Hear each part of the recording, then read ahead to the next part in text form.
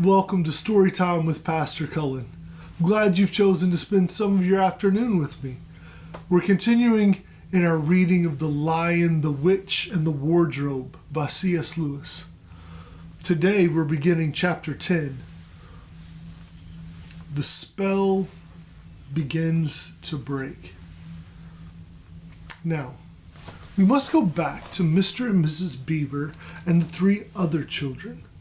As soon as Mr. Beaver said, "There's no time to lose," everyone began bundling themselves into coats except for Mrs. Beaver, who started picking up snacks and laying them down on the table and said, "Now, Mr. Beaver, just reach down that ham, and there's a packet of tea, and there's sugar and some matches, and if someone will get 2 or 3 loaves out of the crock over there in the corner, dear." "What are you doing, Mrs. Beaver?" exclaimed Susan. "Packing a load for each of us, dearie," said Mrs. Beaver very coolly. "You didn't think we'd set out on a journey with nothing to eat, did you?" "But we haven't time," said Susan, buttoning the collar of her coat. "She may be here at any minute." "That's what I say," chimed in Mr. Beaver. "Get along with you all," said his wife. "Think it over, Mr. Beaver. She can't be here for a quarter of an hour at least." "But don't we want as big a start as we can possibly get?" said Peter. "If we were to reach the stone table before her?" "You've got to remember that, Mrs. Beaver," said Susan. "As soon as she has looked in here and finds we're gone, she'll be off at top speed." "That she will," said Mrs. Beaver, but we can't get there before her, whatever we do, for she'll be on a sledge and we'll be walking." "Then we have no hope," said Susan. "Now, don't get fussing, there's a dear," said Mrs. Beaver. "But just get a half a dozen clean handkerchiefs out of the drawer. Course we've got hope. We can't get there before her, but we can keep under cover and go by ways she won't expect, and perhaps we'll get through." "That's true enough," Mrs. Beaver," said her husband. "But it's time we were out of this." "And don't you start fussing either, Mr. Beaver," said his wife. "There, that's better. There's 5 loads, and the smallest for the smallest of us. That's you, my dear," she added, looking at Lucy. "Oh, do please come on," said Lucy. "Well, I'm nearly ready now," answered Mrs. Beaver, at last allowing her husband to help her into snow boots. "I suppose the sewing machine is too heavy to bring?" "Yes, it is," said Mr. Beaver, "a great deal too heavy. And you don't think you'll be able to use it while we're on the run, I suppose?" "I can't abide the thought of that witch fiddling with it," said Mrs. Beaver, "and breaking it or stealing it. As likely as not." "Oh, please, please, please do hurry," said the 3 children. And so at last they all got outside, and Mr. Beaver locked the door. "It'll delay her a bit," he said, and they set off, all carrying their loads over their shoulders. The snow had stopped, and the moon had come out when they began their journey. They went in single file, first Mr. Beaver, then Lucy, then Peter, then Susan, then Mrs. Beaver last of all. Mr. Beaver led them across the dam and onto the right bank of the river, and then along a very rough sort of path among the trees right down the river bank. The sides of the valley, shining in the moonlight, towered up far above them on either hand. "Best keep down here as much as possible," he said. "She'll have to keep to the top, for you couldn't bring a sledge down here." It would have been a pretty enough scene to look at through the window of a comfortable armchair. And even as things were, Lucy enjoyed it at first. But as they went on walking and walking and walking, and as their sacks she was carrying felt heavier and heavier, she began to wonder how she was going to keep up at all. and she stopped looking at the dazzling brightness of the frozen river with all its waterfalls of ice, and at the white masses of the treetops, and the great glaring moon and the countless stars, and can only watch the little short legs of Mr. Beaver going pat, pat, pat, pat through the snow in front of her as they were never going to stop. Then the moon disappeared and the snow began to fall once more. And at last Lucy was so tired that she was almost asleep and walking at the same time when suddenly she found that Mr. Beaver had turned away from the riverbank to the right and was leading them steeply uphill into the very thickest bushes. And then she came fully awake. And then, as she came fully awake, she found that Mr. Beaver was just vanishing into a little hole in the bank, which had been almost hidden under the bushes until you were quite on top of it. In fact, by the time she realized what was happening, only his short, flat tail was showing. Lucy immediately stooped down and crawled in after him. Then she heard noises of scrambling and puffing and panting behind her, and in the moment all 5 of them were inside. "Wherever is this?" said Peter's voice, sounding tired and pale in darkness. I hope you know what I mean by a voice sounding pale. "It's an old hiding place for beavers in bad times," said Mr. Beaver, "and a great secret. It's not much of a place, but we must get a few hours of sleep." "If you hadn't all been in such a plaguey fuss when we were starting, I'd have brought some pillows," said Mrs. Beaver. It wasn't nearly such a nice cave as Mr. Tumnus's, Lucy thought. Just a hole in the ground, but dry and earthy.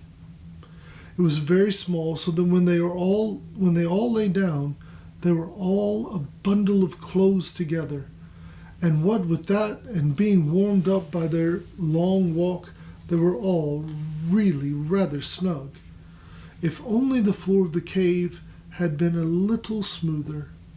Then Mrs. Beaver handed round in the dark a little flask out of which everyone drank something, and it made one cough and splutter and a little stung in their throat, but also made you feel deliciously warm after you'd swallowed it, and everyone went straight to sleep.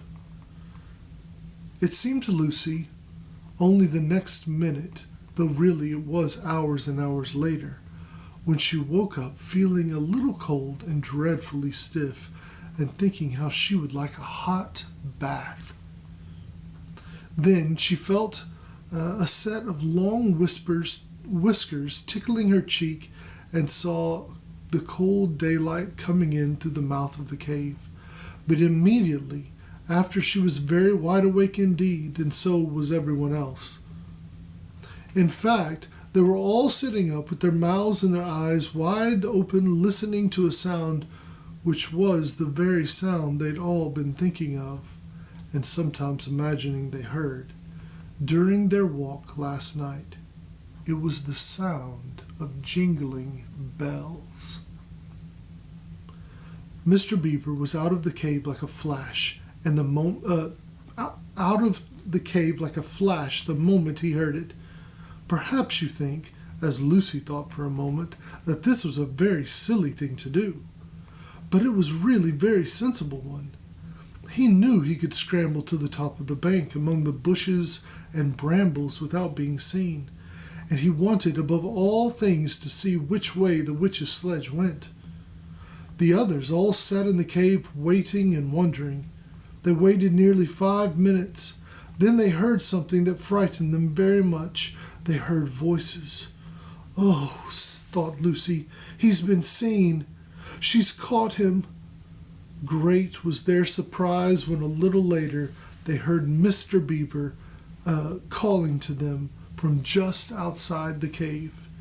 "It's all right," he was shouting. "Come out, Mrs. Beaver. Come out, sons and daughters of Adam. It's all right. It isn't her."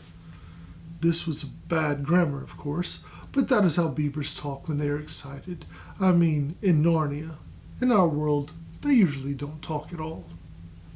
So, Mrs. Beaver and the children came bundling out of the cave, all blinking in the daylight, and with earth all over them, looking very frosty and unbrushed and uncombed, and with the sleep in their eyes. "Come on!" cried Mr. Beaver, who was almost dancing with delight. "Come and see! This is a nasty knock for the witch. It looks as if her power is already crumbling." "What do you mean, Mr. Beaver?" panted Peter, as they all scrambled up the steep bank of the valley together. "Didn't I tell you," answered Mr. Beaver, that she'd made it always winter and never Christmas? Didn't I tell you?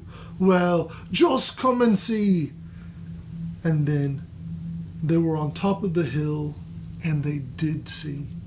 It was a sledge, and it was reindeer with bells in their harnesses, but they were far bigger than the witch's reindeer. And they were not white, but brown. And on the sledge sat a person whom everyone knew the moment they had set eyes on him. He was a huge man in a bright red robe, bright as holly berries, with a hood that had fur inside it, and a great white beard that fell like a foamy waterfall over his chest. Everyone knew him because, though you see people of his sort only in Narnia, you see pictures of them and hear them talked about even in our world, the world on this side of the wardrobe door. But when you really see them in Narnia, it is rather different. Some of the pictures of Father Christmas in our world make him only funny and jolly. But now the children actually stood looking at him. They didn't find him quite like that. He was so big and so glad and so real that they all became quite still. They felt very glad, but also very solemn. "I've come at last," said he. "She has kept me out for a long time, but I have got in at last. Aslan is on the move. The witch's magic is weakening." And Lucy felt running through her that deep shiver of gladness which you only get if you are being solemn and still. "And now," said Father Christmas, "for your presents. There is a new and a better sewing machine for you, Mrs. Beaver. I will drop it off in your house as I pass." "Oh, if you please, sir," said Mrs. Beaver, making a curtsy. "It's locked up." "Locks and bolts make no difference to me," said Father Christmas. "And as for you, Mr. Beaver, when you get home, you will find your dam finished and mended, and all the leaks stopped, and a new gate fitted." Mr. Beaver was so pleased that he opened his mouth very wide, and then found he couldn't say anything at all. "Peter, son of Adam," said Father Christmas. "Here, sir," said Peter. "These are your presents," was the answer, "and they are tools, not toys. The time to use them is perhaps near at hand. Bear them well." With these words he handed to Peter a shield and a sword. The shield was the color of silver, and across it were ramped a red lion, and bright as a ripe red strawberry at the moment when you pick it. The hilt of the sword was gold and had a sheath and a sword belt and everything it needed, and it was just the right size and weight for Peter to use. Peter was silent and solemn as he received the gifts, for he felt they were a very serious kind of present. "Susan, Eve's daughter," said Father Christmas, "these are for you, and he handed her a bow and a quiver full of arrows and a little ivory horn. "You must use the bow only in great need," he said, "for I do not mean you to fight in the battle. It does not easily miss, and when you put this horn to your lips and blow it, then, wherever you are, I think help of some kind will come to you." Last of all, he said, "Lucy, Eve's daughter," and Lucy came forward. He gave her a little bottle of what looked like glass, but people said afterward that it was made of diamond, and a small dagger. "In this bottle," he said, "there is a cordial made of the juice of one of the fire flowers that grow in the mountains of the sun. And if you or any of your friends is hurt, a few drops of this will restore them. And the dagger is to defend yourself at great need, for you also are not to be in the battle." "Why, sir?" said Lucy. I don't know, but I think I could be brave enough." "Oh, that is not the point," he said. "But battles are ugly when women fight. And now," here he suddenly looked less grave, "here is something for the moment for you all." And he brought out, I suppose from that big bag at his back, but no one quite saw him do it, a very large tray containing 5 cups and saucers, a bowl of lump sugar, a jug of cream, and a great big teapot, all sizzling and piping hot. Then he cried out, "Merry Christmas! Long live the true king!"